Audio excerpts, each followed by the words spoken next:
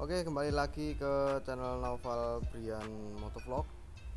Di kesempatan kali ini aku akan membagikan tips ya, atau pengalaman saya dalam membeli kaliper Nissin Samurai Break dengan piston 2. Kali ini saya salah ya dalam membeli Nissin Samurai ini. Jadi karena ketidaktahuan saya dalam membeli barang ini, jadi malfungsi ya, jadi fungsinya jadi agak berkurang. Karena apa? Karena kesalahan saya sendiri. Saya tidak tahu ya. Jadi master rem Nissin ini sangat membutuhkan daya dorong minyak rem yang lebih besar daripada kaliper yang bawaan. Ya, deketin lagi. Jadi master rem ini master rem bawaan itu hanya mempunyai 12 mm diameter pistonnya. Jadi dorongan minyak rem sampai turun ke selang rem, terus lalu bisa sampai di kaliper, itu dorongannya itu kurang kalau pakai Nissin Samurai ini. Jadi untuk pengereman kita harus terlalu nekannya, terlalu ngepus lah, jadi nariknya agak panjang ya, dikarenakan kekurangan daya dorong dari master rem bawaan ini. Jadi kalau kalian mau merubah kaliper, otomatis kalian juga harus ganti master remnya juga,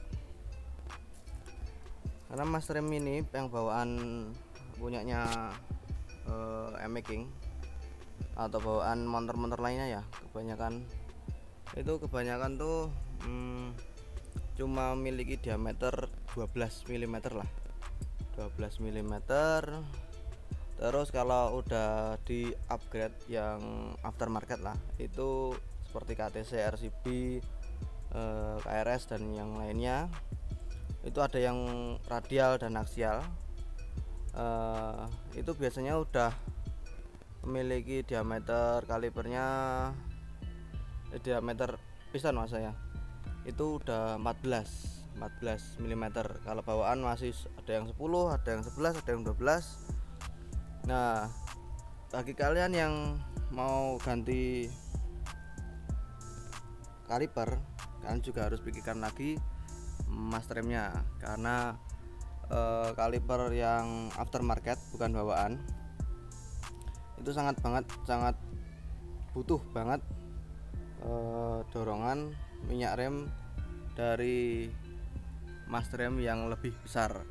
Jadi kalau motor moge ya, misalkan moge yang pistonnya ada 4, itu biasanya di master rem itu pakai diameternya minimal 16, 17, 18, 19 dan seterusnya lah. Itu kan jadi dorongan tuas remnya ini jadi sedikit, tapi udah dorongan ke selang rem lalu ke kaliper, jadi sangat besar lah dorongan minyak remnya. Jadi saran saya, kalau kalian ingin merubah di pengereman, yang pertama kalian harus beli selang rem dulu, karena kalau selang rem belum diganti nanti juga sangat mempengaruhi lah kinerja dari master remnya. Jadi yang pertama kalian harus ganti selang rem yang minimal yang kabel baja lah, terus ganti. Lalu yang kedua master remnya terlebih dahulu, jadi diganti yang 14 mm lah yang diameter pistonnya. Terus baru kaliper yang diganti, seperti itu guys, saran saya seperti itu. Yang belakang saya masih cuman ganti selang remnya aja. Oke, yang depan udah tak ganti kaliper terus ganti selangnya, tapi yang master rem masih bawaan. Jadi lucu sih kalau seperti ini, pengereman mumpuni tapi master remnya masih yang biasa bawaan, jadi jelek. Jadi kinerja dari master rem Nissin ini kurang maksimal bekerjanya. Jadi saran saya ya, bagi kalian yang ingin mengganti pengeriman, kalian harus pertama selang rem, terus master rem, baru kaliper. Oke, jadi jangan main-main guys, untuk pengereman motor ini harus dipikirkan lagi. Seperti inilah penampakan motor MX saya yang sudah saya ganti kaliper Nissin Samurai dengan master rem yang masih bawaan. Oke, lucu sih. Oke, next saya akan beli master rem. Mereknya apa ya? Saya masih pikir-pikir lagi, mungkin yang dana pelajar saya gantikan lah, yang merek KRS kalau nggak salah, besok tak carinya dulu. Oke, sampai di sini dulu video review master rem Nissin Samurai Break dengan pengalaman saya. Jadi jangan ditiru ya guys, seperti saya ini. Makanya saya kasih share ke pengalaman saya ya, ke kalian semua, biar nggak salah beli lah.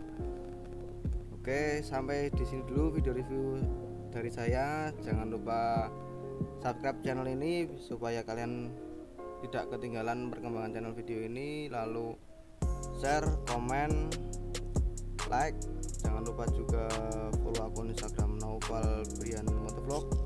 Sampai jumpa lagi di video selanjutnya.